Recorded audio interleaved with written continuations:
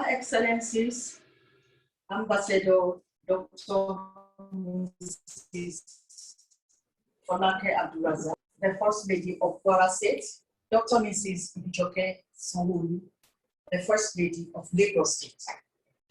Our father in education, the founder of Universal Basic Education, and the chairman academic board of ACEP, Emeritus Professor Pai Obanya. Our technical partner and director, US Kids of America, Max Fox, our erudite scholars and speakers, Professor Mokwolola Omegu, Honorable Commissioner for Lagos, Mrs. Folashade Adifisayo, Mrs. Lai Koiki, the CEO, Green Spring Education Services Limited, the Global Director, NEYC Stephanie Moore, the largest early childhood organization in the world. My colleague in Association for Childhood Education Practitioners of Nigeria, ACEP, gentlemen of the press, children all over the world, happy Children's Day. You are valuable, appreciated, and our future leader. We love you. I thank you all for this bespoke-making occasion, and I thank Almighty God for giving us the opportunity to celebrate another Children's Day with a big bang of 3-in-1 program.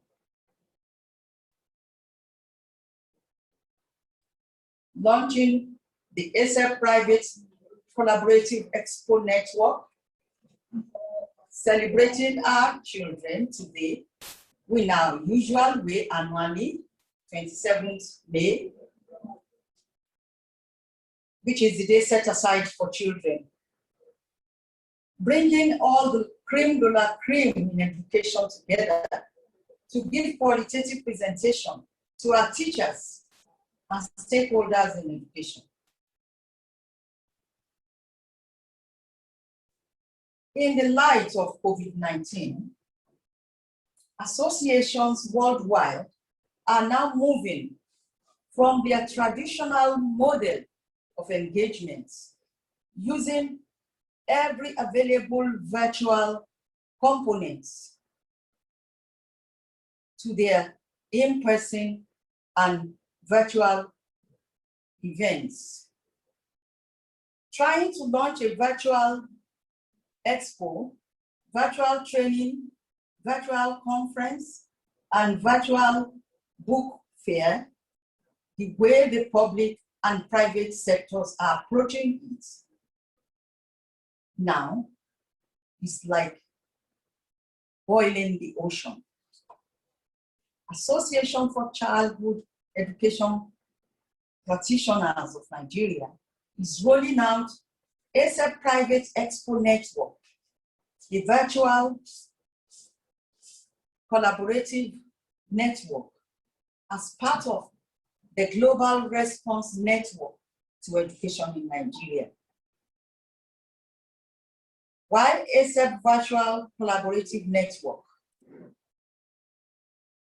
according to Mr. Kende, okay,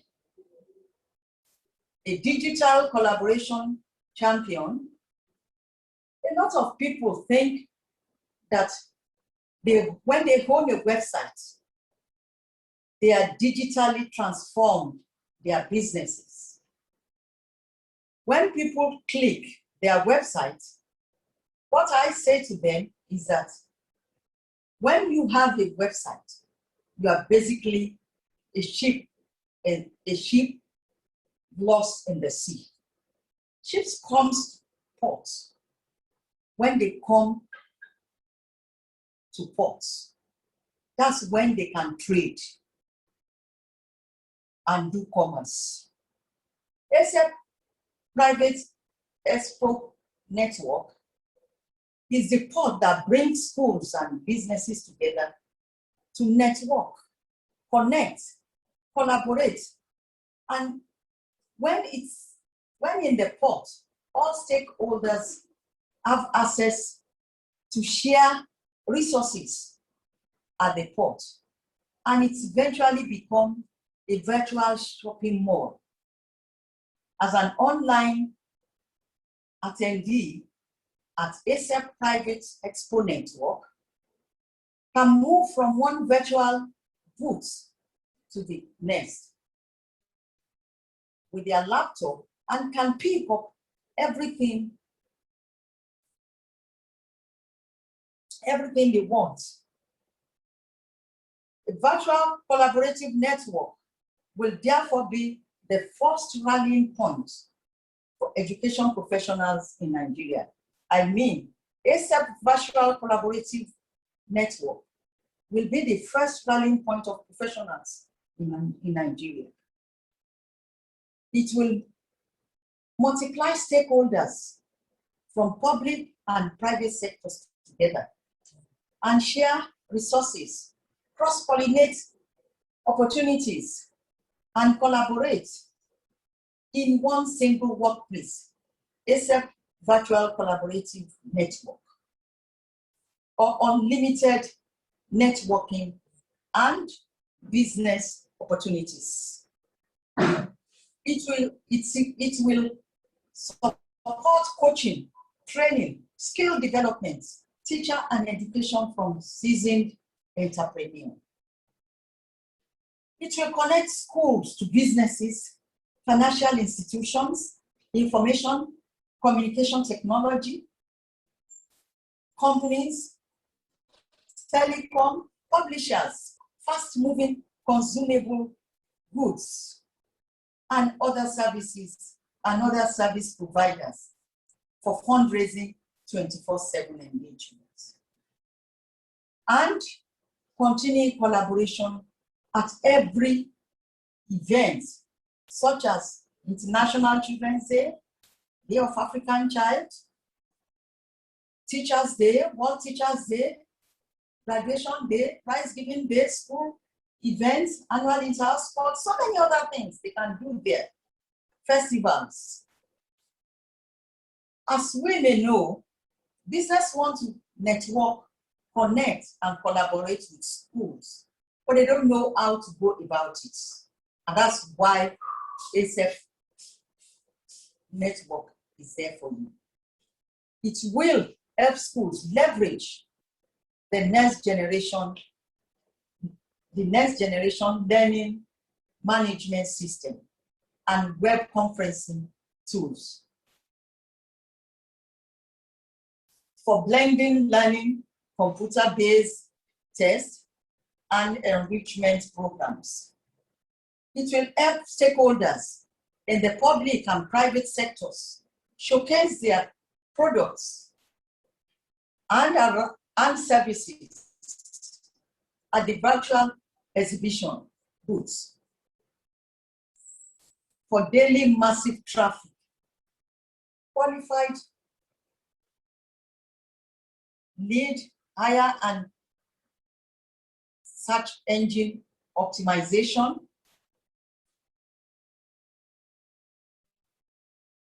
ranking, and additional new sales. As we launch ACEP Private Network today, we are rolling out the Amazon or next fixed model for schools, virtual expo, training and conferences. Stay safe and go virtual.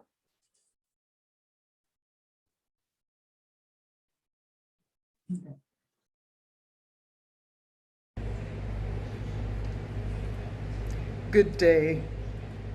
It is a pleasure for me to be part of this event put together by the Association for Childhood Education Practitioners with the enviable purpose of encouraging the interest of online and physical participation of teachers, parents, and guardians in the learning and development of our children.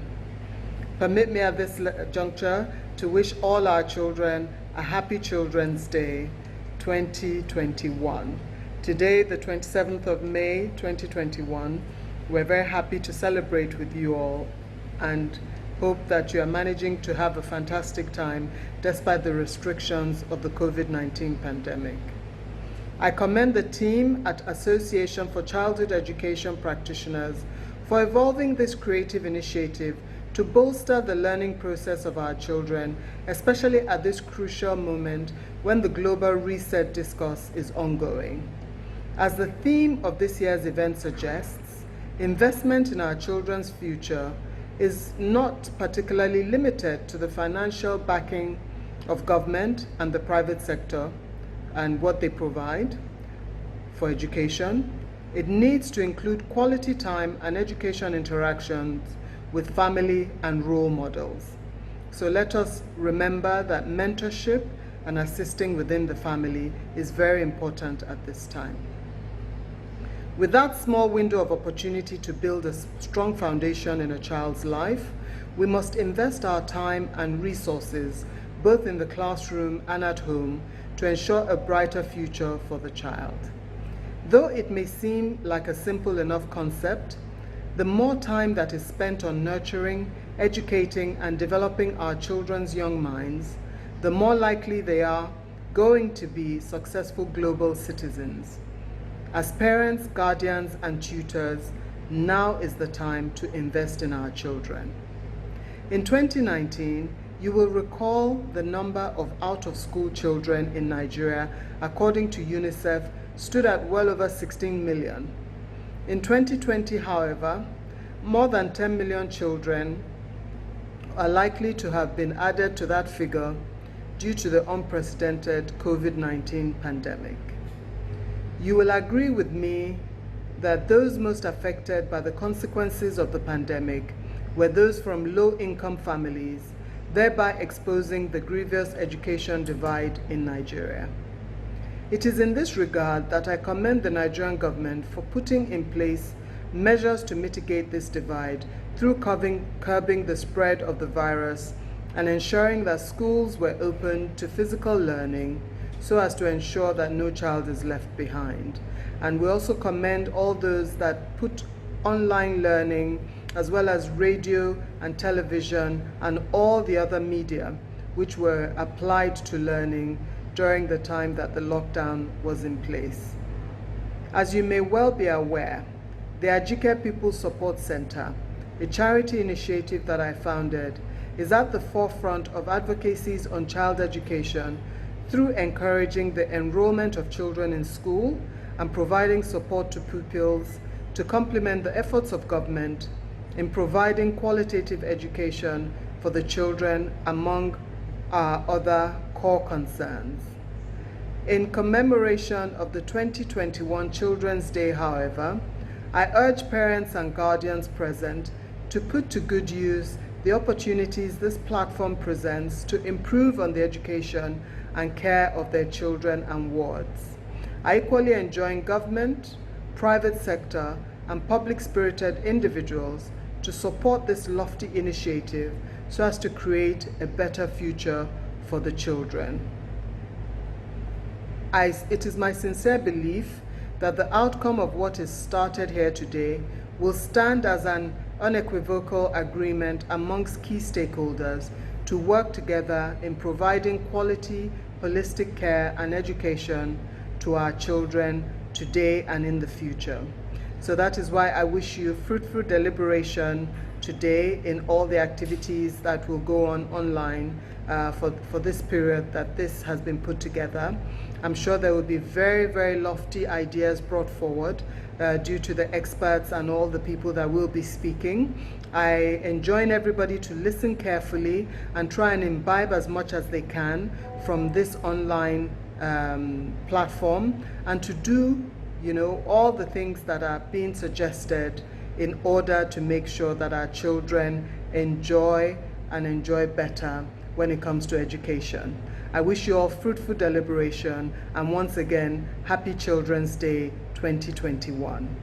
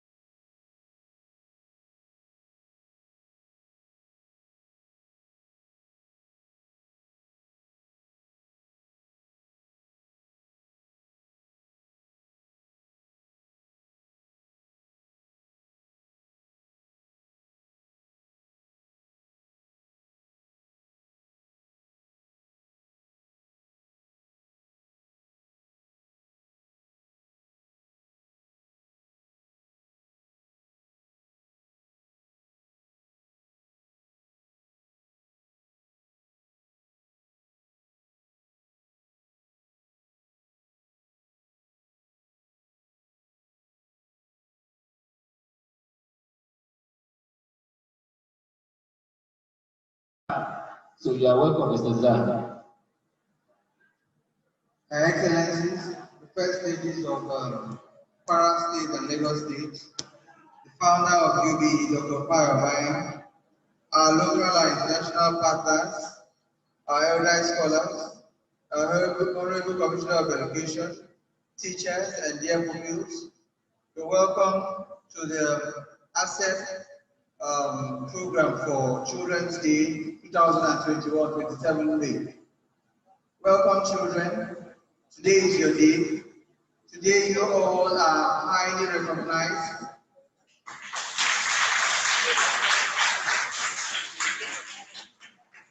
We recognize the role that education plays in our lives daily, and we recognize the role of the Babajide Sanwo-Olu government in education presently.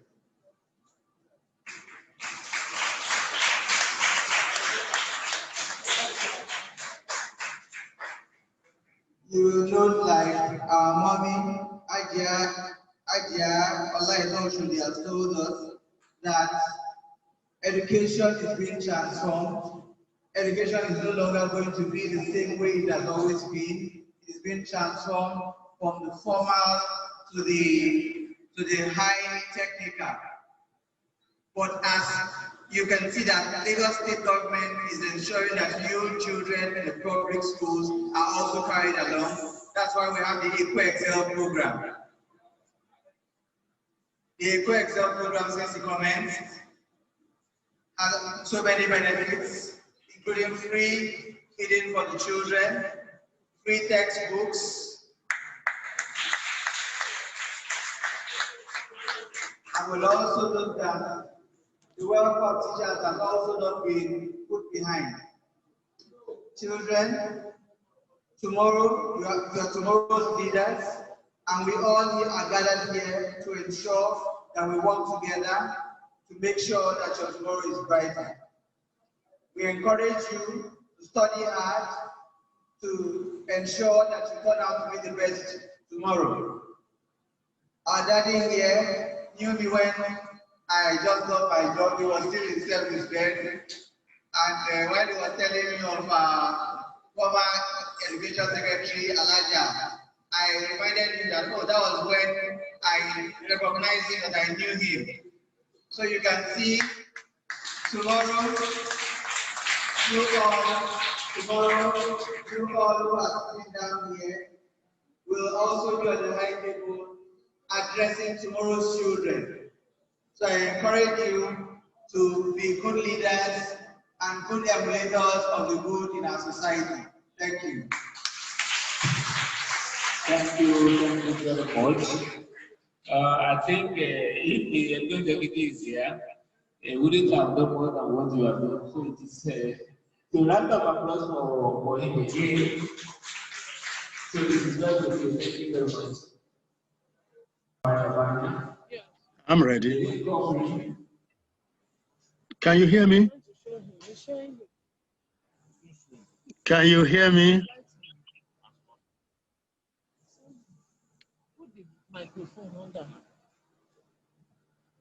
I want all to listen to all these keynote addresses. Can you hear me? I'll do quick message before we go into the business of the day, which will be given by our guest speakers. Yes, I can hear you. You can hear me? Yes. So I can go ahead. Yes, okay. Well, Mr. Chairman, ladies and gentlemen. Ladies and gentlemen, as they say in Nigeria, I stand on existing protocol, but not without us acknowledging ACEP and Hajia Oshodi for this initiative, and also congratulating my dear children on today's ceremonies. Let me, in a few minutes, go down to what you call basic education, because we're dealing with early childhood. And I'm going to emphasize what is basic about basic education. And I'm going to do so in answering 5 questions. Question number 1, what is education? Ladies and gentlemen, education is not to be equated with mere schooling. It is a process that goes on through one's life, and it's a process of awakening and nurturing our potentials, whatever abilities that are innate with us and the ones we need to survive. We try to awaken this in the young person and nurture it throughout life. And as I was saying, it is not to be confused with mere schooling, because it passes through 4 interrelated routes. I mean education. There is incidental education. As people are trying to set up the technical facilities for this meeting, they've learned a few lessons through the incident. There is informal education. You're just going through life and you're acquiring experience. And there is the non-formal education pattern, when you organize people, but outside the school system with the syllabuses and the examinations and so forth. And then there is the formalized, I repeat, formalized, that is, education is already there, but you now make it more formal, more regulated. So it doesn't have to be in school. You may even be out of school, but as long as there's a continuous process of awakening your potentials and nurturing these potentials, you are being educated. Question number 2, when does education begin? Ladies and gentlemen, it's certainly not the day you register in school. It's even not at birth. It is at conception. I repeat, it is not even at birth that education begins. It's in fact at conception, meaning that when that magic happens, nobody is even there to witness. The conditions that will make it possible for the awakening of potentials are already there in the home, in the health of the woman, the mother, and so on. Number 3, what then is this basic education? In Nigeria, we make the mistake of saying this education, basic education is primary plus junior secondary. Ladies and gentlemen, this is fake. What was decided in 1990 by the international community was that process that brings you to a level where you have learned how to learn. When that was decided upon, it was then said that individual countries will determine the formal aspect, the formal dimension of this, bringing people to a level where they've learned how to learn. And it was decided by African ministers that if you make it universal primary, you will not be solving the problem, because the children will be only 11, 12 years old. You cannot send them into the world. And 2, the world has become so complex that the skills they need for life, for living in a life of further learning, are more complex. So let's make it primary plus junior secondary. It so happens that in the Anglophone countries of West Africa, where we have WAEC, basic primary secondary is 6+3. But ladies and gentlemen, when you go over to Togo and Niger, it is 6+4. And when you go beyond Cameroon to East and Southern Africa, it is 6+2. So it does not matter the number of years, but what you put into the years. So, but in fact, what we put into the years must be solid, because to live in life is to continue learning. So we bring children to a level where they've acquired sustainable skills, not the skills they learn today and forget tomorrow, for a life that says never stop learning, never stop learning. And question 4, what are the basics of this basic education? Ladies and gentlemen, they are not the 15 subjects on the curriculum by NLDC. There are, according to world standard, limited to 4 basic areas. Area number 1 is literacy. I will not define too much, but your ability to pursue a life in which you can read and understand what you're reading, and which you can communicate your thoughts through writing. It doesn't matter the language, it means the language of your immediate environment. And you can go on and on. Area number 2 is numeracy. You cannot go through the world today without counting, without basic arithmetic skills, adding, subtracting, multiplying, and dividing. You cannot go through the world without counting 1, 2, 3. And sometimes, in most cases, people just put drawings here and there, and you are supposed to use drawings to know to move forward or to move backward or to go upwards or to go round. That is graphicacy. It's also part of this. And sometimes thoughts of people are represented by mere symbols. This is all part of numeracy. Then life skills, area number 3, meaning you are in life and you have to understand life and you have to adjust. So whatever you do to foster interpersonal relationship with other people through communication and working together, whatever you can do to understand your environment and adjust to it. Environment includes the physical environment and the social one. And whatever vocational skills you can acquire so that you can go through life. And this day and age, you cannot exclude in life skills, ICT fluency.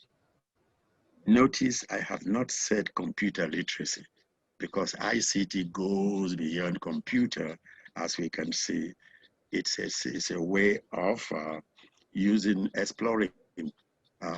exploring whatever is in the cloud to make life better and activities faster, and it's moving by the day. It now rules the world.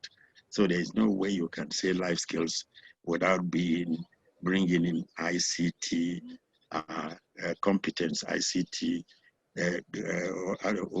versatility, meaning using it for different purposes, as people are already doing. And finally, and above everything else, the 4th area, lifelong learning skills. Ladies and gentlemen, if you say what is the meaning of geography and the teacher says it to you, he has not taught you anything. But if the teacher says, let's take our dictionary and look at G and GE and GO and GG until we discover geography, we have learned something, because next time when they say history, we know how to go about it. So learning to learn skills is a question of getting people to know how to search for knowledge, how to develop inquisitiveness in them, how to raise questions. When somebody says this is that, you can also say, what if I do it this way? And if you do this, you'll be able to follow through a life where, especially today's life, where creative thinking is the order of the day. And question number 5, perhaps the most important one. If we accept that education goes beyond schooling, but it includes schooling, if we accept that education begins from the day you are born, and that the home is in fact your first school, and the condition of the home, especially that of the mother, also conditions the progress you have both in school and out of school learning. And that for you to lay a solid foundation for this, beginning from the early years, you promote literacy, numeracy, life skills, and most important, life learning skills. But then how, since we are professionals, how do we inculcate, build on all these skills, especially in early childhood? I'm proposing from experience 8 major principles. One is, you can note, non-restrictive learning environment. In other words, when we say the classroom is the only place we are being restrictive, in life we learn both in and out of school.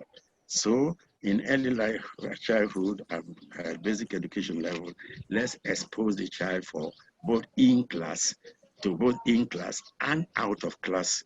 We mean life learning experiences. 2, and a fully integrated curriculum. What do I mean by that? You may say you are reading the history of Ajasa of Lagos, but in the process, you are reading, you are acquiring language, you are discussing with people, you are even doing calculations, you are even using your phone and computers. So what I'm saying here is that there is no clear-cut distinction between, say, mathematics and language and science and social science. They are all interrelated. And in early childhood, we try to take all this together. And what is probably more important is that children come to us with all sorts of background variables, background conditions. And as teachers in early childhood trying to build a life of learning, we not say this one cannot learn, this one is too troublesome, this one is too talkative, this one is too shy. We go down to the level of each child and try to bring that child up from that level by solving, by addressing the problems they may be facing. This child could be the last child in the family, spoiled, or the only boy in the family, also spoiled, or from homes where there are no books and no language and no, the mother is not available, and so certain things have not been done. So each child comes to you with some handicap. Not all of them are visible. And for us to help each child to learn, we must offer psychosocial support to each child. And probably still very important, most of us teachers think our work is telling. It is not telling, it is guiding. You stand there, Lagos is the commercial capital of Nigeria, you are telling. But if you were to lead your children to compare Lagos with some other far off places, and they discover the differences, before you talk commercial, you'll be guiding them. And what this means is that you minimize frontal teaching. Frontal teaching is when you sit by the high table and deliver a lecture through the microphone. But if you want to lay a solid foundation, remember when you are talking from the high table, many are sleeping, many are doing other things. But teaching as guiding, meaning work is going on and you're working with the children, and this work will be both mental and physical. And when you do this, you are helping children grow. And because you're not doing frontal teaching, you minimize teacher talk and you maximize student participation. And their participation could be all sorts of interaction, and not just one way between teacher and people, but among people, between people and people, between teacher and people, and so on, multi-directional. And it will be interactive, meaning no one is wrong if each person learns from the other. But what we should emphasize is number 7, and that is examinations should die. And for examinations to die, we must have assessment. Examination says he has failed, he has passed. And when you fail, you are forgotten. So we are not guiding you any further. But assessment means this is the performance, but the performance is determined by conditions A, B, C. And for us to erase that performance, let's take care of those prevailing conditions. That is assessment, meaning that a fault for non-performance may not come from the child. It may come from the home, it may come from the teacher, it may come from the environment, it may come from what you're trying to learn. And above all, whatever we're doing, let's not forget that the home is the first school, and education in school, early childhood should also collaborate with the home as much as possible. In more developed societies, you develop the home so that you get develop the children. And I think Nigeria should pay attention to that. And my question number 6, I'm rounding up. If we follow up this way, what do we stand to gain? What we first to gain first is that for you, the teacher, the task becomes joyful, because when you see results, you are happy. Every teacher who believes in examinations gets discouraged, because you mean in spite of everything I've been saying to these people, see what they are writing. But where teaching is not telling, not mere telling, but systematic guiding, you find that in the end you rejoice. So these children have improved. Because of that also, you are not holding a cane. You are not standing up there and dictating notes. Learning itself becomes delightful. And because it is joy and it's delightful, no child is pushed aside, meaning you go and sit there, you don't know anything. And no child is left behind, meaning you are, the colleagues are in that level, he's in that level. And remember, the world standard today, the world dictum is no child is left behind, but I've added no child is also pushed aside, because sometimes leaving behind begins with pushing aside. I will conclude by saying that we learn to live and we live to learn. So let's lay a solid foundation. And early childhood through a solid foundation for lifelong learning, as I just said, is the key.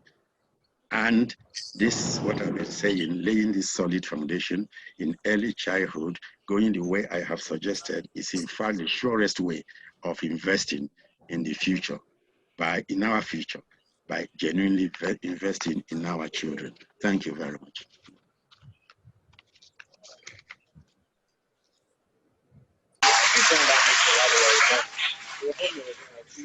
Thank you very much. Hear me? Can you hear me, please? Can you hear me? Hello? Yes, we can hear you. Okay, thank you very much. Okay, let me say congratulations to the organizers of today's program. Happy Children's Day to our children, our wonderful children. On that note, Her Excellency, I wish to acknowledge your presence, all distinguished guests, our chairman for ACEP. Good day to everybody. I want to acknowledge the important role played by Elijah Oshodi in putting this program together. Having said that, I will just go on to the topic of my own lecture. Coping with the challenges of successful parenting in the 21st century. The child is said to be the father of man. I hope we all agree with that. This is supposed to be a paradox. And this actually refers to the theme of today's events. That is, investing in our future means investing in our children. So that paradox, the child is the father of man, simply means that today's child is the father of tomorrow. So the children of today, we are looking up to them to become, say, the future leaders. But in this paradox, they are the future fathers, because they become fathers and mothers and start raising children tomorrow. So the need of successful parents be emphasized, as life is said to be from cradle to grave. And this is also a point out the challenges expected along the journey through life. When we say that life is a struggle from cradle to grave, so the children we are turning, they have started with life. They have been assisted or they are supposed to be assisted. First and foremost in the homes by the parents. They are supposed to be the first environment of the child. Then the second agent of socialization, that is the school. So we said that in the study of child psychology, life begins from conception. And so when we look at the study of psychology, which means the scientific study of human behavior, we look at the child in his society, right from conception. So that's when life begins. If I may give you a joke, at one time, even with my students in the university, then I ask, okay, when is the start of life? Some will tell you when the child is born. It's when they see the child. But that's not the beginning of life. As soon as conception takes place, life begins. And so, educational psychology talks about the child growing from one stage to the other, even in the womb, from conception. And when the child is born, then we begin to look at development of the child. So we look at every factor that affects the child's growth and development, right from conception. We talk about the heredity of the child. And heredity refers to the transference of genetic traits, hereditary traits, from parents to the offspring. Again, this happens at conception. So the parents have no say about this, nor the child. So whatever the child turns out to be in future, we should know that it is not the business of that child, it is not the fault, nor his responsibility. But as a result of genetic traits, he or she has inherited from the parents. So apart from the heredity, we talk about the environment of the child affecting the growth and development. And simply put, what do we mean by environment? The environment is every other factor which affects the growth and development of the child from conception to that too, even to death.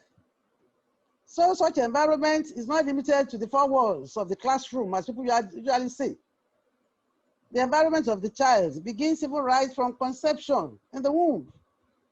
That is the nature of the woman who's carrying the baby in the womb.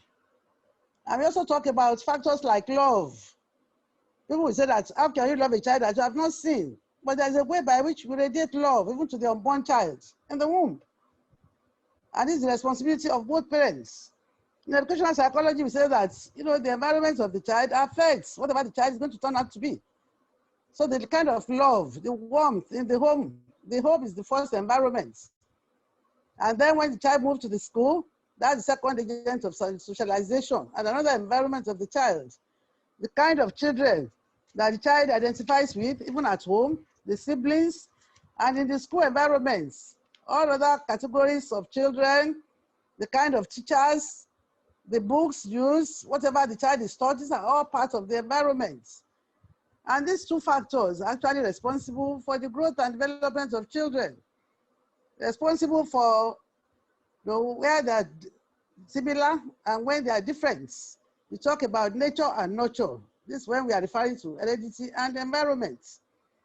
So when we look at the concept of education, because the topic is coping with the challenges of successful parenting in the 21st century,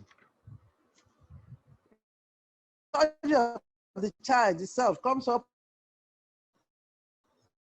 the educational psychology. And educational aspects responsible. And the first aspect is the growth and development, which I've been talking about. Then the second aspect is human learning. How does the child learn when the child begins schooling? Then the third aspect is the measurement and evaluation, or what some people refer to as tests and measurements.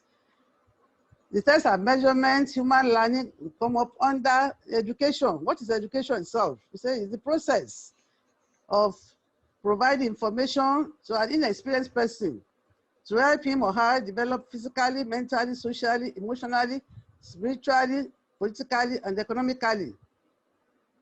In other words, education can also be referred to as the process through which the individuals are made functional members of their society.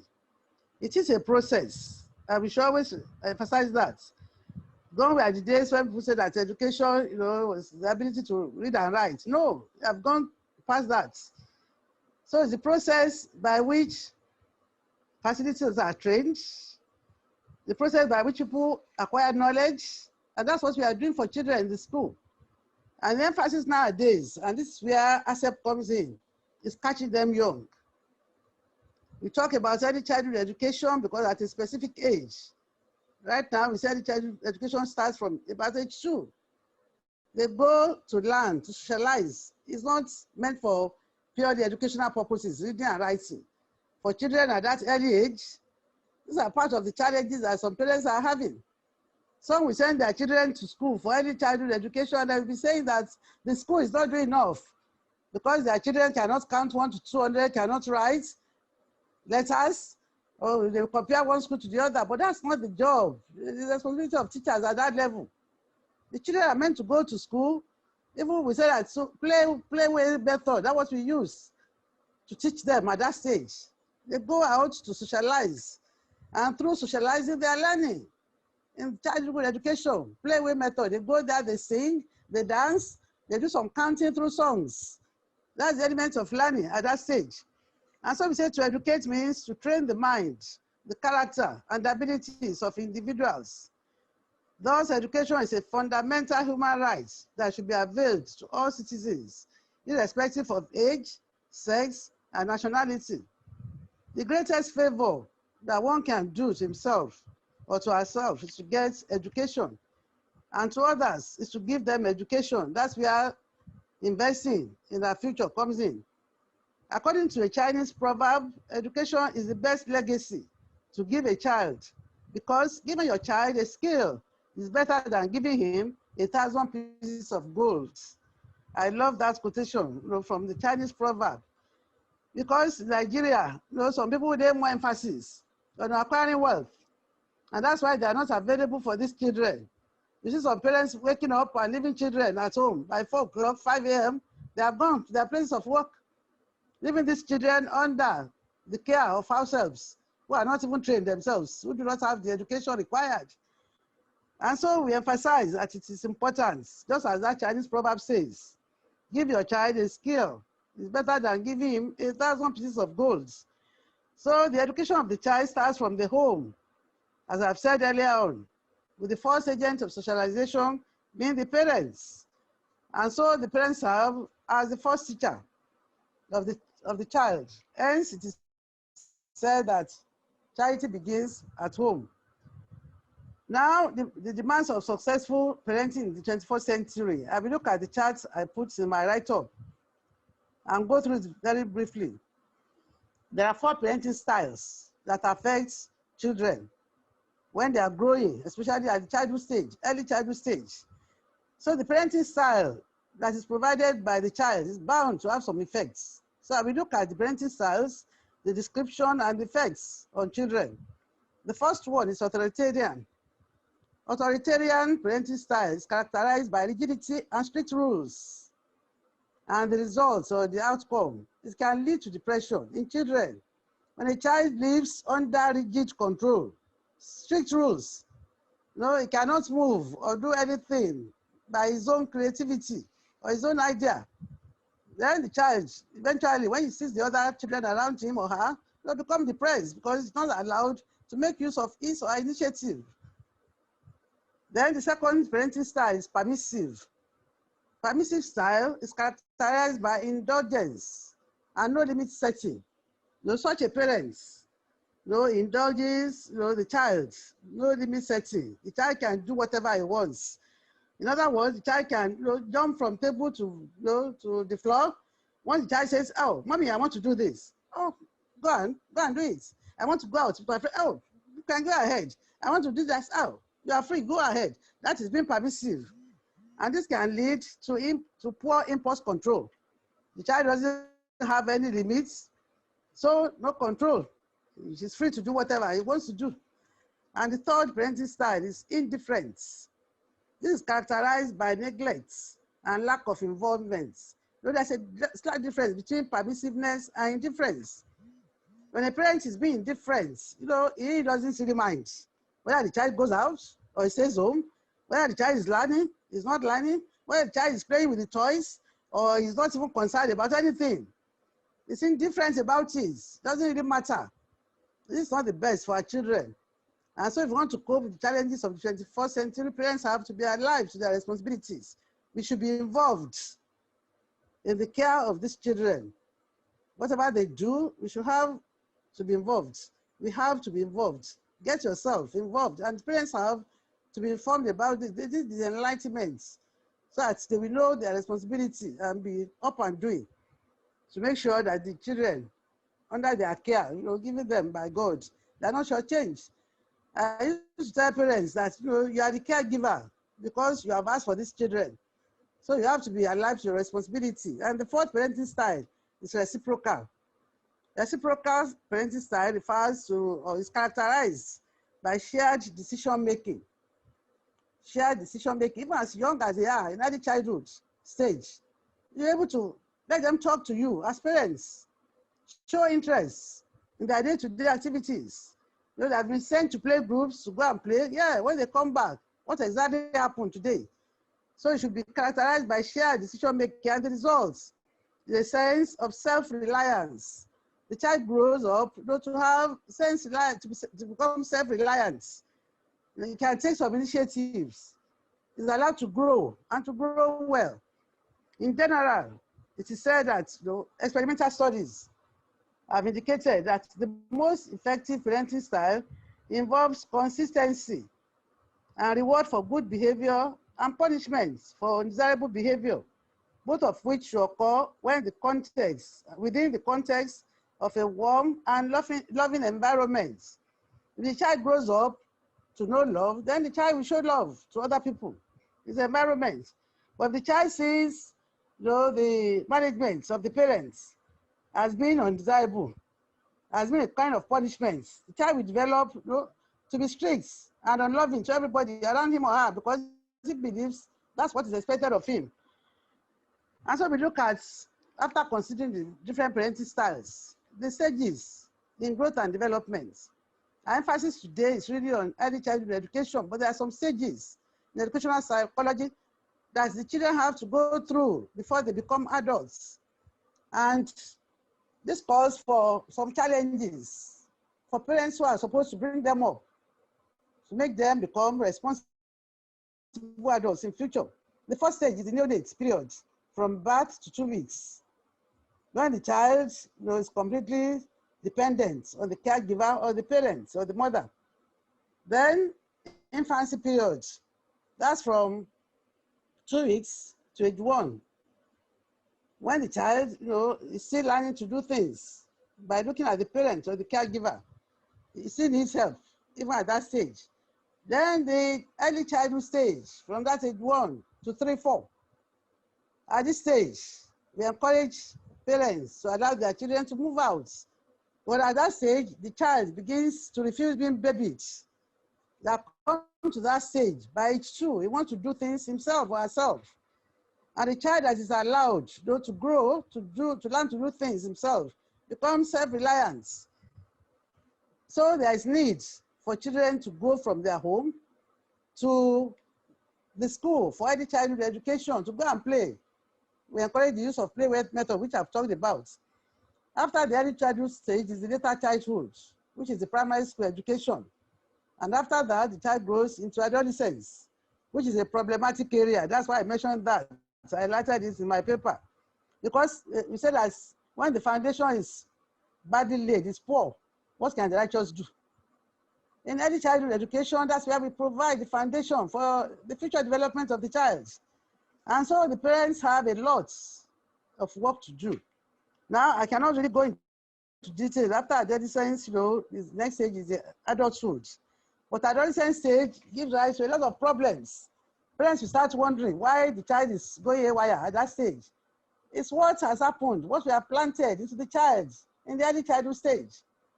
And that's why we are advocating that, okay, to cope with the challenges of parenting, successful parenting in the 21st century, parents should learn to do it right with their children. And the problem areas I've highlighted that we need to cope with. Number 1 is the education of the child. The education should start, we have said, it's not just reading and writing. It's imparting knowledge, skills, and acquisition, making use of their initiative. From that age, we can encourage children to maximize their potentials. By the time the child grows into adolescence, that is getting to late upper primary school, the child has a lot of things to cope with. And the child that has been well brought up in the primary school, in the early childhood training, develops the ability to cope successfully by the time you get to adolescent stage. And that, the challenges of the 21st century, I will just rush through that. The education for all is being advocated, and it comes up under the 8 Millennium Development Goals. But then if you look at Nigeria, as well as some nations still developing, many cannot provide free education for their children. Especially in the early childhood education program, you see many parents complaining about the money to be paid. But what I tell people is that, well, if you say education is expensive, people say try ignorance. What your child is bound to gain, if well developed, if you make the investments in our child and the future generation. So we are investing in our future. And so that calls for parents to work hand in hand, and appealing to government also to put in more funding into our educational system, right from the early childhood education, so that our children will be well developed and be provided around the education to be up in life as well. Then another challenge is social life. You can see the problem now in our society. In fact, the whole world, we say it's a global village. Social networking, internet usage. Children from that early childhood program at that level, many of them have started making use of the internet, not only the computer. A child with some months, 6 months, 1 year now, will be struggling to get the telephone, mobile phone from their parents, and they start to puncture, to press the button. So that I started at that level, but then parents should monitor the activities of the children, even right from that stage, from age 2 to age 3. The friends they are moving with, when they go to school, they have started going to play. And I'm going to round up on that note.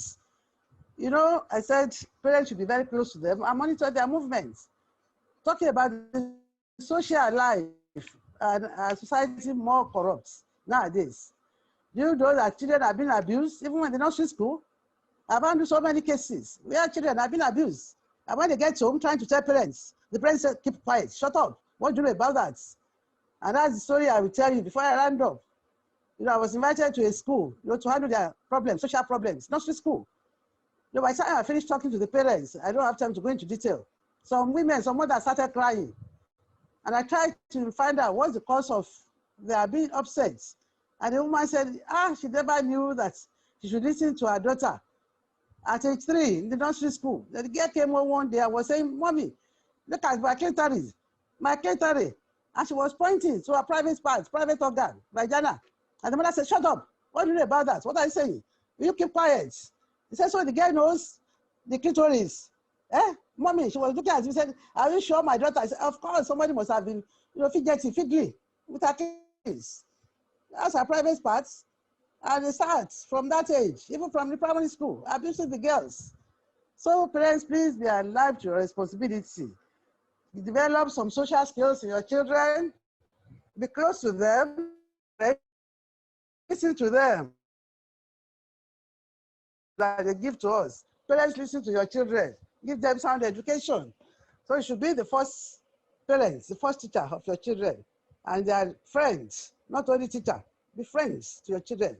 Get to know them and find out who they relate with and what they do in the school every day. God will bless all our children, God will bless our parents, and make us responsible parents, even as we nurture these children. Thank you very much for listening. Happy celebration. Thank you. Yeah, good afternoon, honorable guests, I'll say, because everybody is an honorable. Thank you so much for having me. I hope you can hear me. Can you hear me, please? Hello? Can you hear me, please?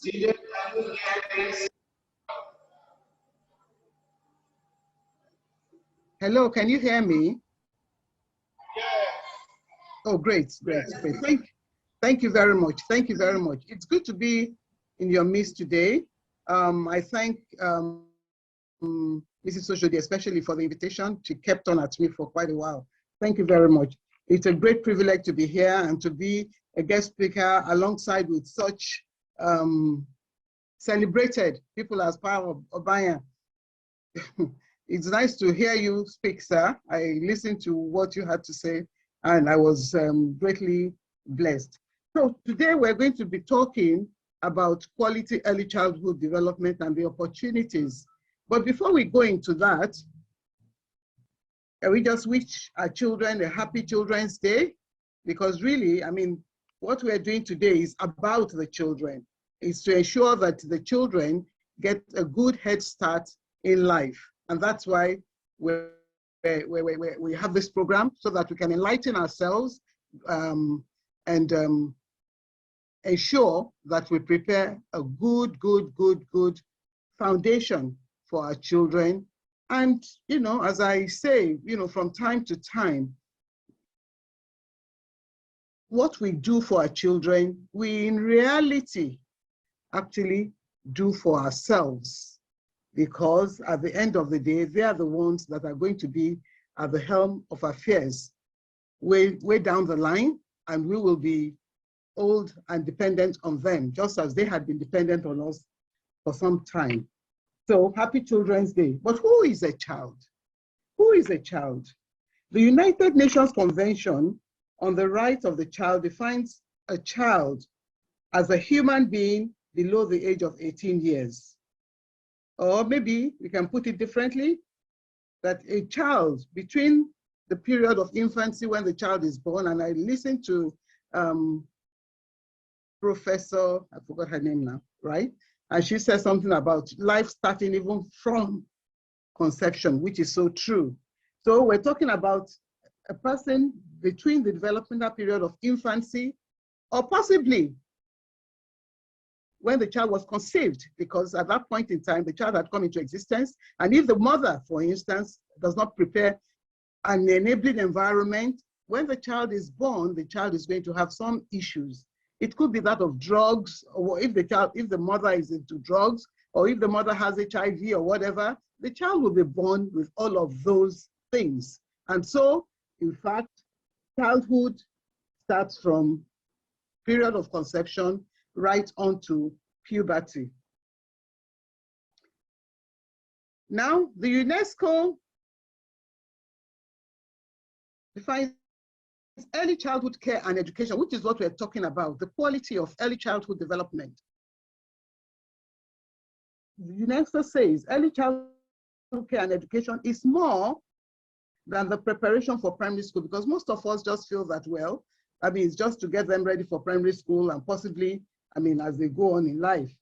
But it aims, early childhood development, it aims at the holistic development of a child's social, emotional, cognitive, and physical needs in order to build a solid and broad foundation for lifelong learning and well-being. And so when we're talking of early childhood development, we're talking about actually projecting into the future. And so if we want to know what our world will be like, or Nigeria will be like in 2040, for instance, we need to look at, the development of the children, or the kind of provision that's being made for their childhood development even now. So it has to do with nurture, it has to do with caring, it has to be capable and responsible, for them to become capable and responsible future citizens. Now, we know that the first 3 years of life are one of very rapid growth and development, because that's the time when even those things, well, apart from the physical development that we see, that is, the child gets bigger. I mean, when the child is born, for the first 2 weeks, the child will lose a lot of weight, right? But then after that, the development starts, physical development. But once those physical development that we can see are going on, also development of the brain starts, happening. So the brain itself creates complex neutral pathways at a very, very high speed. And that is why, after a while, the child is able to walk, the child is able to say, ma, ma, the child is able to say, da, da, and so on and so forth. And at such periods, the opportunities for development, the environment of the child is very, very crucial. And so the early experiences that the child has, I would say within the home, which is the first port of entry of the child, within the home, are very, very crucial to how the child will turn out. Whether the child will be good, whether the child will be bad, whether the child will be slow, because all of this will lay the foundation for a child's future survival, future health, future growth, and future well-being. And what are these things that we must look out for that early childhood development? We have to look out for the nutrition. The child has to be fed nutritious food, good for the child. I mean, at birth, of course, breastfeeding is advocated and all of that, because that is the best food for the child at that point. But of course, if that food will not satisfy the child, then, I mean, the mother is advised to supplement with some other things. But we're advised that breast milk is the best for the child or for a baby. And of course, as the child starts growing, there are certain things that the child must continue to eat and feed on so that physically the body will develop as expected. The brain also, the brain cells will also be fed adequately. And so that's important. But then, what about the environment, as was earlier mentioned? Parents' behavior is very, very crucial. Does the parent even converse with the child?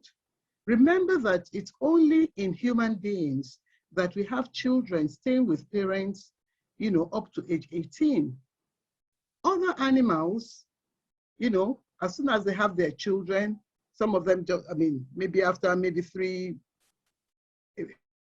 a couple of weeks, the animals become independent of their parents. But because human beings need a lot of nurture, they are left with their parents for up to 18 years. And so the models for these children will be their parents. The parents will be the models for these children, modeling what, they should expect. And of course, the children will be learning. So, of course, we know that they do have an absorbent mind very early on, and they just mop up everything. They believe everything that the parents are doing are just the best for them. And so they mop it up. So it is very important that parents' behavior are positive such that will gear the child in the right direction. But of course, after that, parenting style, which had been mentioned earlier on, as different from the parents' behavior. Parenting style could be authoritarian or authoritative, or it could be permissive, and so on and so forth. That is also very crucial. So which means that the child learning and development of the child is not solely dependent on the teacher. It's not. It is the whole environment that will help in these early years, early years of development for the child. So there's the social and cultural practices, and of course the environment. That is very, very important. So we know that the children, they grow up to become adults in the society. And so we must ensure that we nurture them in such a way that they'll become useful adults, adults that can learn in the society, adults that can run the affairs of this nation. Because remember, if we put in just like the computer language that says, if you put in garbage into them, then all you're going to get coming out will be garbage as well. So the formative years are very, very critical. And any society that does not ensure quality in early childhood development is setting up itself for failure. But in the past couple of years, maybe about 20 years, I'll say, the world has continued to evolve, and we find that, well, children's lives have improved. I'm talking worldwide now. They have improved in recent decades. But then there are some particular issues that are rearing their heads, that they're about to sort of negate even this progress that has been made in terms of early childhood development of the children. Persistent inequities and lack of opportunities presently endanger the futures of millions of children in Nigeria and around the world. We understand that about 43% of children, which is roughly put at about 249 million children now, that are under 5 years of age in low and middle income countries, are at risk of poor development due to extreme poverty. And unfortunately, we've now been told that Nigeria is the poverty capital of the world. So what do we do? Millions more are deprived of the caring and nurturing environment that they need to thrive. So quality early childhood development is being threatened. It is being threatened in our world today. And if we domesticate it, in Nigeria, it is being threatened. Even though international organizations like UNICEF, they've done quite a lot to ensure, that there is a positive pathway, and that children or that the society itself and governments recognize the importance of early intervention, in childhood development. Not too much is being done. And we have a lot of challenges, I would say. Even though, their own optimal developmental potential are set out in their own vision, which they keep, telling all nations, because, the UNICEF is, involved in all nations. And of course, Nigeria is one of those nations. And their own thrust is that every child must survive. So mortality, should reduce. A lot of interventions have come, to ensure that that happens, but they should not just survive. They should thrive. Children should thrive. And the only way they can thrive is that all the necessary, the platform has to be set to ensure the environment has to be right. The parents have to do the right thing. Educationally, it has to be right, and the environment itself, the society has to be right. Remember, the child is brought up by the entire society. Even if the society, the entire village, as we normally put it, does not have direct contact to the child, but really they do, because the child can see, even though you're not talking to the child can see that car, for instance, has driven poorly. The child can hear that person is talking down, derogatory, on some other person. And so the entire village has an impact, the entire community has an impact on the quality of early childhood development. So UNICEF also says part of their vision is that every child should learn, which means that every child, should learn. But learning, I don't want to restrict it to schooling, but that is also important. Schooling is also important. And so within the communities, the mothers, especially within low-income communities and possibly the IDPs and all of those ones, they need to be sensitized as to what constitutes learning. Yes, there's a formal part, but what about the informal part? What is the role of the mother in ensuring that the child learns? Because, for instance, in a home where there's even no communication, you have a 2-year-old in the house, you don't even talk to the child. You assume that that child cannot understand you or something. You don't talk, you don't communicate that, bring this, what's your name? Put up your hand, put it down, whatever. All of those things go to stimulate the senses within the child. And that is also part of education.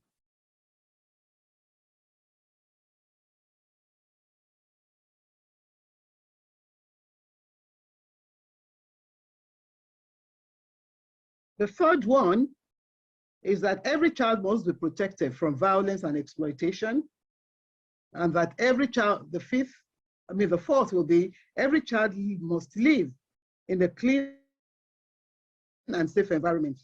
And of course, that every child must have an equitable chance in life. Now, we know that for us in Nigeria, that may not be so true, and that there's so much that we need to do. The data about out-of-school children in Nigeria is so staggering. It's so staggering.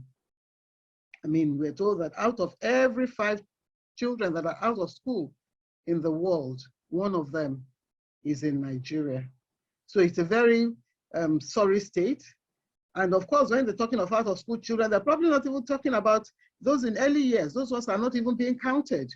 There is no adequate provision for children that are under, that should be in preschool, in nursery school, in Nigeria, because I know I know that the age of school starts at age 6, but then what happens to the early years? There are a few public early year schools, but they are so few. They're so few, and not enough, especially to serve the low income, of our community. And so something needs to be done in that area. Evidence has shown, of course, that the brain building process is fueled, as I said earlier on, by adequate nutrition. What kind of nutrition are our children enjoying? With the level of poverty, I wonder, what nutrition is available to our children, that's going to create a problem, because the development of the brain will be affected and the future of the nation will be affected, projected to, let's say 2030, 2040. And that is a problem, and that's something that we need to, start considering. Our children, are they being protected from violence? Apart from the violence, insecurity state of our nation, the kind of possibly movies, the kind of music that they listen to engenders violence. And some of us, we now use the computer or the social media or the computer, I'll say, as a babysitter. So which means that, a lot of things that the children should not even be exposed to, the child will be exposed to it. Environmental toxins, of course, there's pollution. And I don't know what is being done about that, but pollution is also another irritant that will affect childhood development. And so that quality that we desire may not be easily attained. Then responsive stimulation, which is a core element of, nurturing care, which the child needs, is also something that, is not readily available. And so, I'm surprised. I came across something that was a report that was done by UNICEF 2017, and it was presented to the commissioner, to the Minister of Health. That's 2017, that's quite a while, but I'm sure that things have deteriorated even further. And that report said that Nigerian children are at risk of underdevelopment, both physically and mentally, because critical national policies that will provide adequate foundation for their growth are not in place.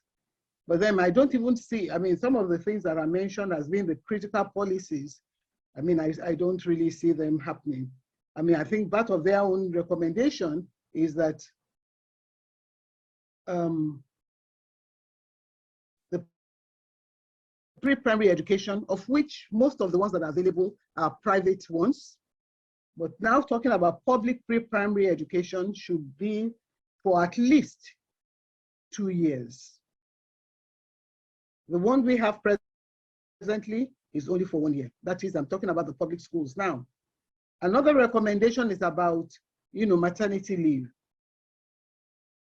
It's claimed that, they have proposed that maternity leave should be for 6 months. Paid maternity leave, that is, should be for 6 months. But then how easy is that? However, maybe the people that we're even talking about now, the majority of the people whose children may not be able to access quality, early childhood development, may actually not require maternity leave. If we put that in quotes, because they're probably self-employed, traders and things like that. And so they're able to be with their children much longer than people that are that work in offices and things like that. And so they are proposing that UNICEF is proposing that maternity leave should be for 6 months. And they're also proposing that there should be paternity leave. I think that's funny, anyway, in Nigeria, that there should be paternity leave as well, 4 weeks paternity leave. We don't have that. Presently, the maternity leave that is enjoyed is 3 months. I'll say that these recommendations are difficult to implement in Nigeria. And I don't see how how that can work. And so we need to think of other ways in which that an awareness can be created within the populace as to giving our children quality, childhood, development opportunities. Now, whose responsibility is it? That is providing quality childhood developmental opportunities. Whose responsibility? Of course, from what I've said so far, we know that the parents, it's primarily the responsibility of the parents and the home. And of course, the environment in which that child will grow up, is growing up. But then the school also has a responsibility. The school has a responsibility. The early years environment, that is the nursery or preschool, must have rich curriculum, impactful activities, and qualified and experienced teachers. So that's also critical. Thirdly, of course, government has an overwhelming opportunity. I understand my time is up. Government has has responsibility of creating awareness, of encouraging people and ensuring the facilities that is required, are provided, especially in early childhood, education. And again, the entire society is also responsible because really the entire society, the whole village looks after a child. I'll just quickly skip this and then go on to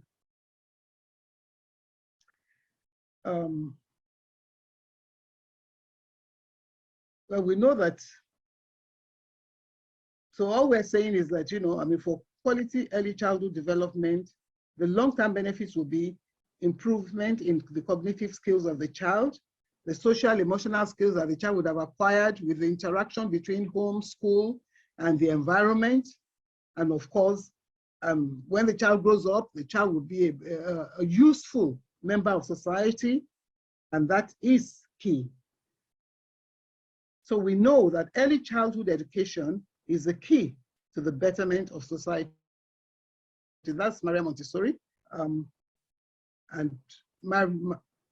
Nelson Mandela also said, education is the most powerful weapon which you can use to change the world. But by education, is not necessarily, we're not necessarily talking about schooling.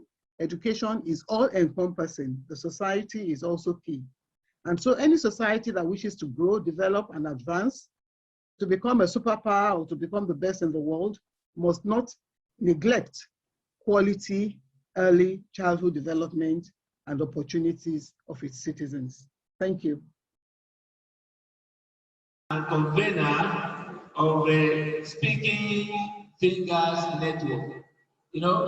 Speaking Fingers Network. Some of the time when you see the presenter or radio producer, announcing something, you see somebody doing like this. Those are so there is somebody here today to present a paper to us.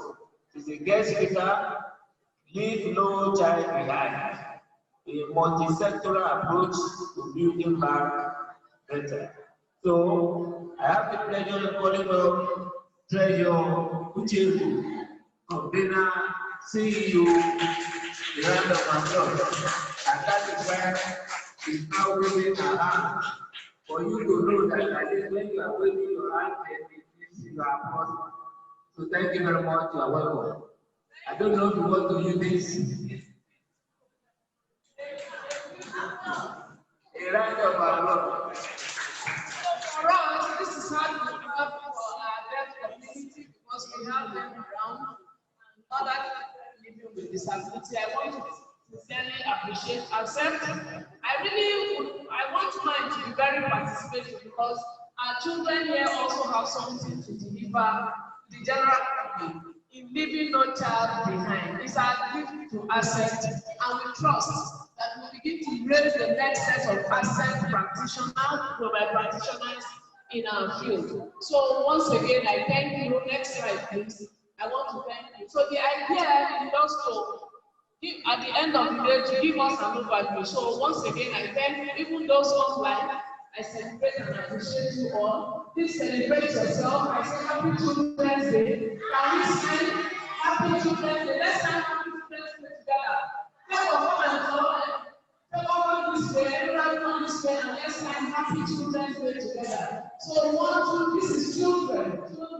So let's go. Happy, this is happy. At the end, we are going to do, we are ACEP. So let's go. Happy Children's Day. One more time. Happy Children. You like this is children. Children's Day. So I'm very grateful for this opportunity. And I thank every one of you for making it here. And I know that those that are on this platform today, you are ambassadors. You have been selected among the other children in the school. So what it means is that you are going back to your school to go and share all the beautiful things that we have shared today. Next slide, please. So we agree that the COVID pandemic has dealt with our world. Now we have the third phase of the COVID, the third wave of the COVID. What does it mean? It affects everyone, but most importantly, our persons with disability who are most vulnerable. Next. So who is a person with disability? A person with a disability or a child with a disability is one, according to the United Nations Convention on the Person with Disability, which we call the Disability Bible. At the end is one with physical, mental, intellectual, or sensory impairment, which is in interaction with various barriers will hinder their full effective participation in the society. What I want to bring to you is a huge paradigm shift. I want to let you know that the issue of disability has been evolving. We started by anybody with a disability, either we want to profile a particular eardrop, eye drop, or we want to take the person to the hospital, or we want to give the person money, or we want to actually do what we see them as beggars. We say they are invited and our building structures are not accessible for that particular child with a disability. And what does that do? If we continue to have this kind of mindset, the truth is that our world will not develop. The United Nations says leave no more. So disability is not all about giving charity. Medical, all they need is medical. That child, there is so much. There's a child where when the mother breathes and she breathes, child smile. It's a skill that child has. Next slide. So at the end of the day, what does that mean? We are embracing the social aspect as agreed, and that they are embracing the social inclusion model, which is the human rights model of disability, the one that says everybody is included. Can we all say everybody is included? Every child matters a lot. Every child is included. Next. Every child is included. So what does it mean? If we minus the barriers, the different barriers, take for instance, if and I'm talking, will the person hear me? Will the person hear me? But if we provide what can we provide to make the dead person hear? Okay, then if you watch our video and you provide subtitles, do you see those videos? You see children, you watch videos. What's your favorite video? The baby wants to share their favorite video. Their favorite movie. You like very well. Which cartoon do you like? Imanela, you like Imanela? You almost want to look like Imanela. So you like Imanela. So if Imanela is doing her comedy and there's subtitling, it means that every child, including our deaf child, can also be able to watch and also laugh. Can everybody laugh like Imanela? Next. So we now go and say there is productivity. What do I say? There is productivity. Because we are talking about the barrier. If a person with a wheelchair wants to come in, we are providing ramp. What did I call it? Ramp. I want you to go back as ambassadors. That's ambassador from ACEP. We are providing what? Ramp. Look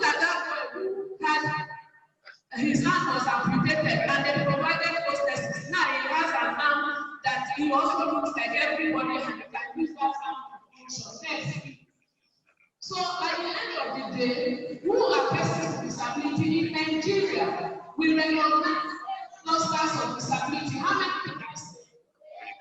clusters? There are persons that are hearing impaired, persons that are blind, but what it means is that we recognize them as persons, and everybody say person first. Person first and not their disability. So what are the different barriers to this disability? We have different barriers. One of the barriers that is cancerous is the attitudinal barriers, how people treat them. We usually say deaf man, and we usually say deaf man. We will not use that word from that is deaf is deaf,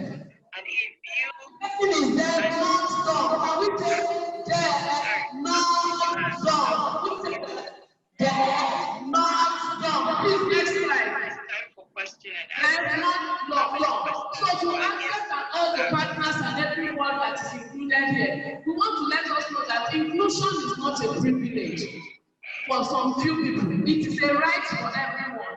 Because the statistics says if everyone is included, everyone wins. So once again, I said, deaf, no. We want to learn sign language here so that you will be signing on to be guided. I want to learn sign language. So that's why I'm doing this so that we can have that practical time where our deaf children on board will teach you sign. So we have this disability issues. It's not just because ACEP likes children. They are humans. What did I say? Nigeria has a disability law. Nigeria has what? And Lagos State has also the special people's law. What did I call it? Special people's law. And that law came into being since 2011. That is the Lagos State Special People's Law. Can we say that? Lagos State Special People's Law. Who wants to be a lawyer here? You see plenty lawyers. Please let's go for having lawyers. In the end, everybody celebrates all our lawyers. So there's law. So that their laws, their level from framework. Next, please. What is the SDG? Who has heard of the SDG before? Now, SDG means Sustainable Development Goal. Can we say that? Sustainable Development Goal. How many are of them? Yes, 17. So let's say SDG and we click our leg. SDG. So SDG means Sustainable Development Goal. There are 17 of them, and 5 of them is disability focused. Next slide. What does that mean? Nigeria has embraced these laws, these framework. I'm a Nigerian. Who are Nigerians here? I am a very proud Nigerian, and we're all here. So we want to better. What are the big issues? If we want to build back better, the first you see, some matters a lot. You see that boy, he was not using. He was what did he use? It's his slippers, so you know he used you as a camera. And did you see all of them? They pose. Did you see they pose? They pose because they thought he was doing what? He was doing selfie camera, he was doing selfie with them, Abi. So we want to have a different mindset. Do we agree? So let's look at the things that will help us have a different mindset. To do that, the first thing we want to do, everyone. And we also say that respect everyone. So don't see that deaf child or don't see that particular blind child and think that he is different from you. He is also a person. He is also what? A person. So the next one is universal access. When we are going somewhere, we must make sure that for us as teachers, we must get access. This training was for teachers, for caregivers. For us as teachers, we have to teach in a way that the child will understand. Look at the song we sang the other time. We play, we clap, we dance, and never left us. Are we together? So teachers, we must teach in a way that the child will understand. If the child needs sign language, please provide. Next, please. So the next thing we also have to do is advocacy. Is that the next one?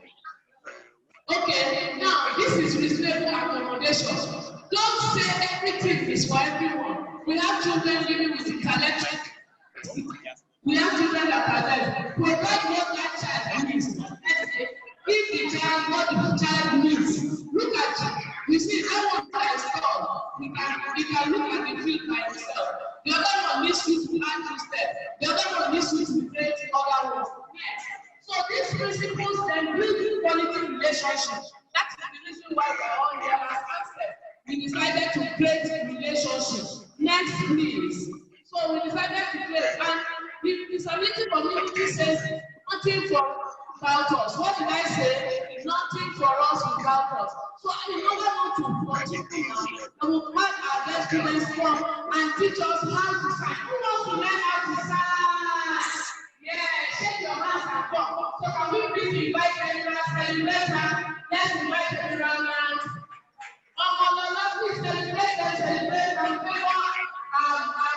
favor who also doubles up to school things and bring. Please let's celebrate them. They want to teach us how to sign the alphabet. Where is your finger? See your hands. How many letters of the alphabet do we have? Are you sure? You know that. So the first letter of the alphabet is letter A. So you go there. So that they will see us. So this is letter A. Hold your hand like ever like this. Everybody that will hand on, we go. This is letter A. There's your letter A hand. Letter A. So A, everybody. Let's put letter B. Tell your name. This is B. The next one is what? So go in so that they know. Go in and help them sign it well. Yes, go in and see that they are signing it well. So see that they are signing it. See is not like this. See, can we go? This is letter D. This is D. Whose name is D here now? D. This is E. E is like your E hand. And this is F. F, you see F. Can we see your F? G is for what? Gun. Can we shoot our gun? G is for gun. H is double barrel. H is double. Where's your pinky finger? That is letter I. Use your letter I to get J. And open your index finger and your middle finger and put your thumb. That's letter K. Can we see letter K? K. So let's do A to K. Everyone.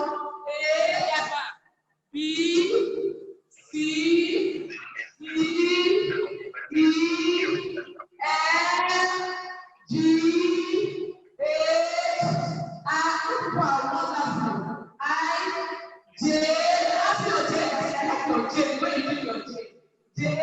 Let's do J. J. Now this is L. That is like L. Let's draw F in the L. M has how many legs? 3 legs, Abi. So put your thumb on top of your pinky finger like this. Put it. I don't really see them. I don't really find out. And also, so let's have our N. Put it on top. And let it be N. Our local mother, please come round and help. Come round help. You want this to be possible. Do this and close it. Close it. That is N. Where is your N? This is N. N. O is your O. So let's start with N again. I put it with N. Let me see. I love your N. Tutu. N. O. I know you. Is that N. Put it like that. That's B. B. We need it because I want to sing a song as this is B. Q. Q. Pick a cube of sugar. Can't see your mouth. Please. Let me see your mouth. What do you call it? Please. Fancy. We are going towards fancy. That's the let's do the T is very important. So love your teeth. Please get it. I love your teeth. Now, teeth. If you shake it like this, that is telling your child you won't go to the toilet.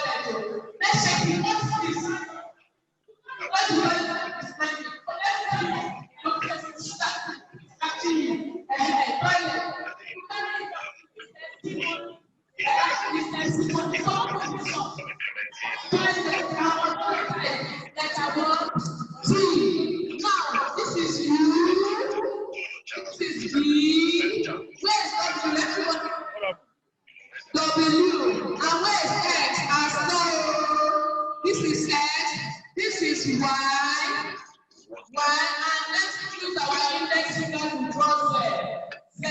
Don't worry, I will send the alphabet card to your school. Would you like that? Would you like that? Yes. Now we are going to learn the song and we close it. We have The greatest part that every child should be brought on board, no child should be left behind. So let's press happy everyone. everyone here. P. You know when you have your letter, just use to Your right. Use your hand to right. and So let's go. this presentation Why? See why? And when you start like this, is I love you, you sign language. Don't want to start like I, L, and Y. So that's I love you. So let's end happy again. how to use the internet, even without being right. However, I still have pressure on their computers, right? On any particular internet matters parental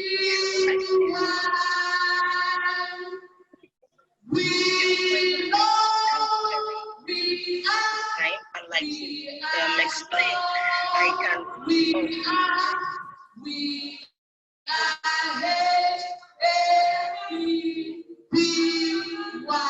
This is happy. This is happy. Sign language for happy. Let me see your happy. So sing it that one.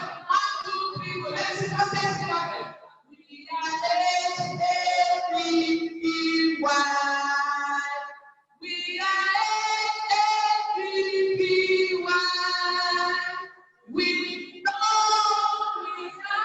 we are strong, we are H-A-P-P-Y. Happy, everyone, let me see you're happy. Happy, celebrate yourself. I want to say congratulations, Pastor. Thank you so much. Celebrate yourself, children. Another round of applause. I believe we have done something now. You have done A to Z. So I believe all of us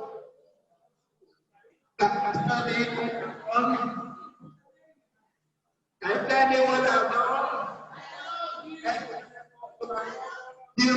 So the way with you. Thank you very much, our CEO here. Thank you very much. It is well with you. Now, we are trying to see if we can link up with the Commissioner of Education in Lagos State. This is Shadi Adedisayo. We are expecting her to give us something on promoting children development in a secure environment. To promote children development in a secure environment. We have seen so many things happening to our schools these days. In those days, where there are schools, thieves and robbers don't go there. But these days, they don't know what is actually happening. That they have now made schools a target. So that is the more reason why that topic was given to the Commissioner of Education. But we are still trying to move up with that. If she is on, we let you know. But while we are still waiting for the Honorable Commissioner, the next topic on the agenda is a good message from Global Director, National Association for Education of Young Children, USA. Stephanie or more, Stephanie or more. So if we are able to link up with that, because it's the time in America, so we want to see if she's able to join us. Now, March 4th, Director Expo, eZ-Xpo. Mr. Okay, Can you say something on that? eZ-Xpo? Oh, yeah, thank you. Okay. So I think we will quickly listen to Mark Fox, the director of eZ-Xpo, virtual collaborative network as part of the global response to education in Nigeria. So we believe that at least they be able to tell us that having a ship on the ICEP is not the best, but putting the ship, it is there and then that we have. Well, thank you for inviting me to be part of your virtual conference, and thank you. It's my honor to be part of your virtual conference for this special International Children's Day and Virtual Exhibition Day.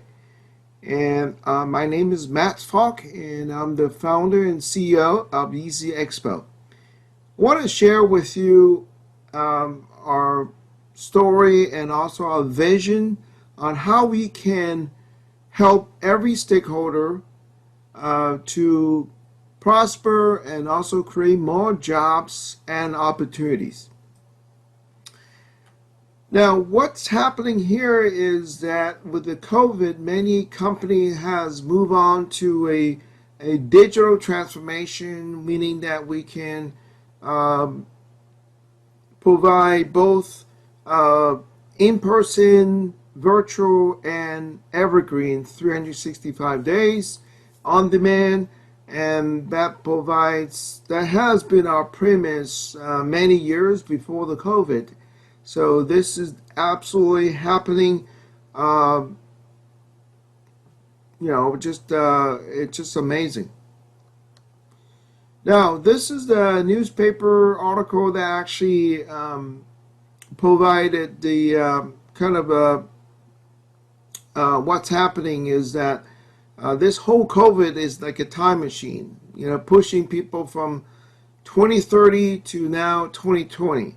So this has been an amazing experience for us, and actually that we actually seen our dream actually come true. That this is a part of our vision to help empower every company and organization. Now we see a huge opportunities with the COVID now, with the virtual event market size from $94 billion to over almost $800 billion in the next 10 years.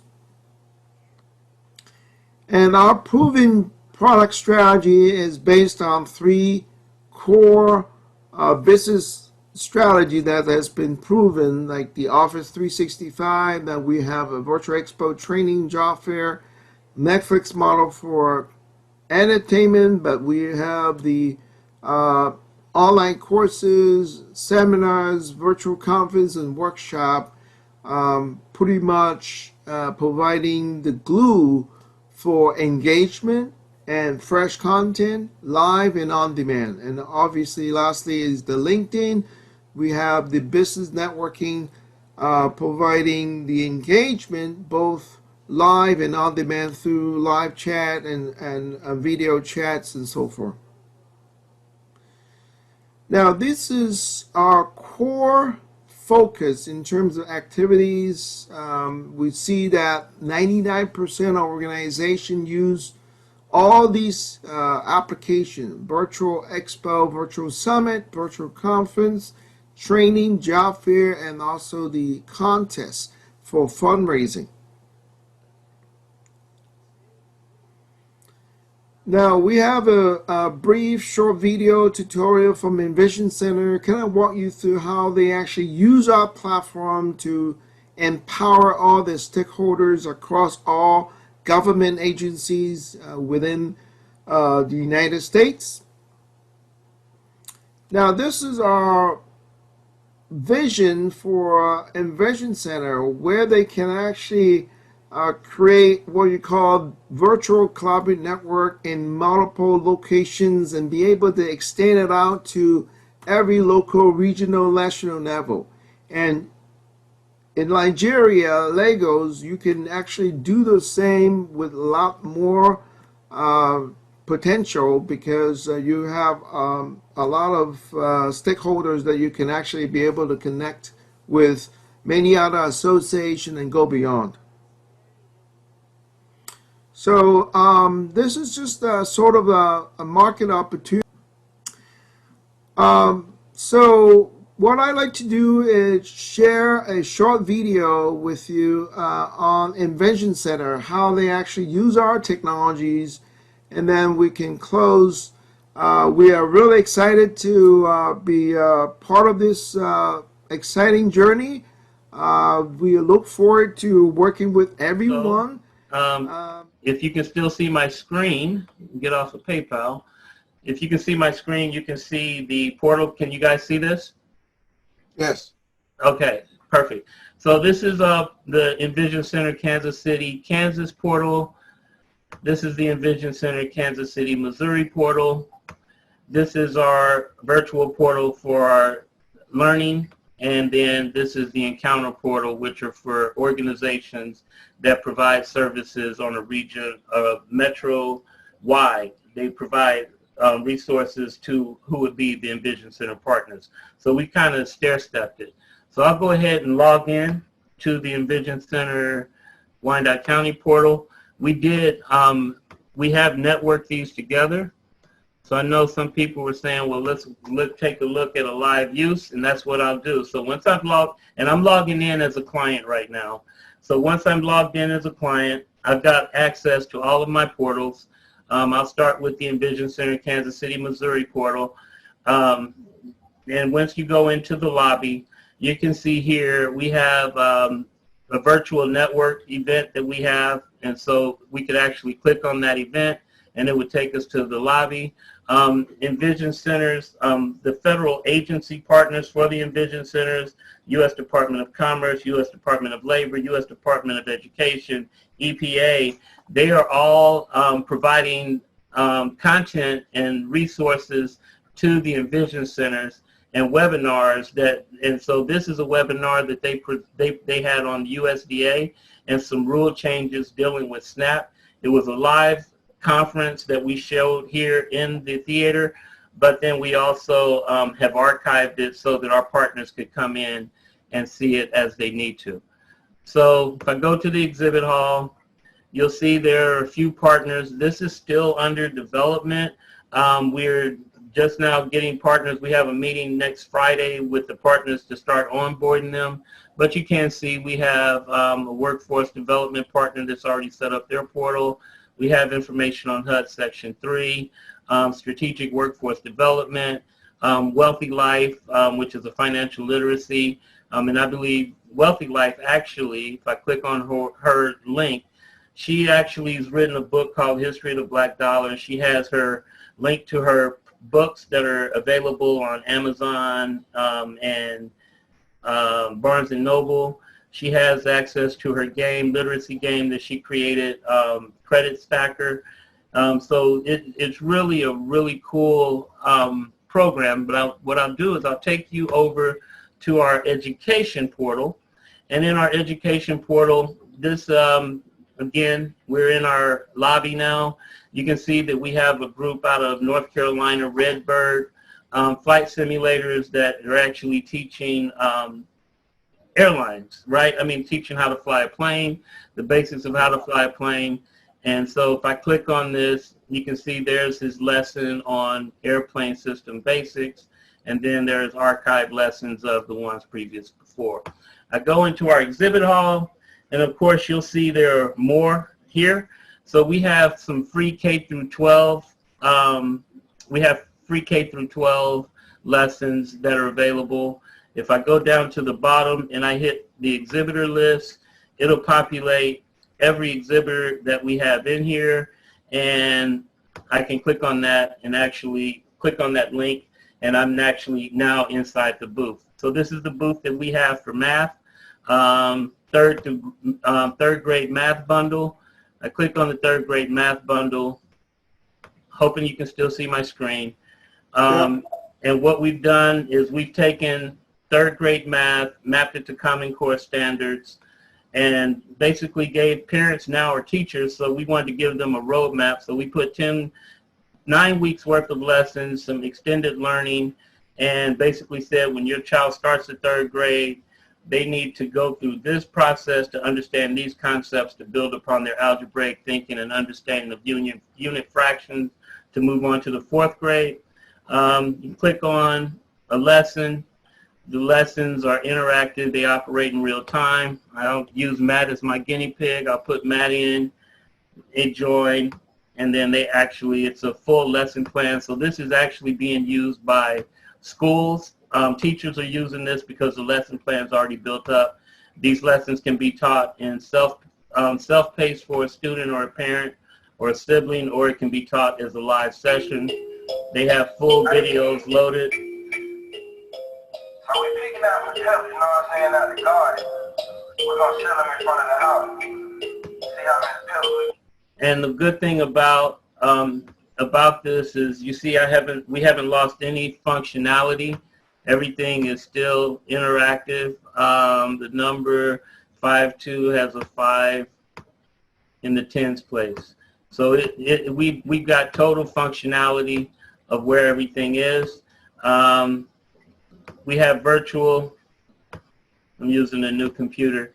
We have the VR element in these classes as well. So they can use the virtual reality here, and it also goes with the virtual reality glasses that they have. Again, this is not enabled for collaboration, but the teacher could enable it for collaboration. And again, we've lost no functionality. So I can actually do the lessons, take the quiz, hit submit anyway. And so that's just one way that we're using this platform. And by the way, when you saw the classes, the classes that I showed, that was the back door of our website. So this is not facing the public, but you can see that all of this is actually the back inside of our website. So we've actually incorporated it into our website. So let me see, exhibit hall, code combat, again, video. The students actually go in here and they can actually take their code combat classes. Redbird simulator, we have a Arduino lab in here. So they can actually, the inventor kits and the sensors that they have, they can come in here into the lab and simulate them first, log in. So this is the back end of their learning management system. So we've actually configured this in a way. I'll go to the Redbird simulator. Redbird, these are all the classes. Let me see. These are all the classes that are listed. Week 7. Doesn't look like they've updated them all the way. But also, to just show you, there's an online simulator. Again, you don't lose any functionality, and you're able to do MMO with this. And so this is the flight simulator. They can pick their plane, and they can fly. Oh, that's cool. So they take the classes and then they can fly. Auditorium, Matt showed you the auditorium. We'll stream live. Open it up here, have a concierge. If there's a live event being held, you have a concierge that can greet everybody, answer questions, interact with them, introduce the speaker. The lounge, of course, you can see that we have it connected to our Twitter. One of our parents from the summer camp yesterday posted about her daughter taking our summer camp. about how happy she was with the camp and what is going on. So it's a really powerful platform. It's very simple to use, and you can actually build it out and make it be what you want it to be and do what you want it to do. So with that, I will pause, stop my share. And, well, let me thank Williams for all these great works, connecting all the dots here. If you can share the screen on your network once again, really to show everyone that what eZ-Xpo is for and how we are uniquely different from everyone else. It's all about connecting all stakeholders, whether by city or by country or by any organization. This is how we are uniquely different from everyone else. And Envision Center Network is really a great example for that, because like I mentioned in my slide deck earlier, you can take the same framework and apply it to your industry, whether it's cannabis, whether it's for Chamber of Commerce, whether it's for urban farming, any industries.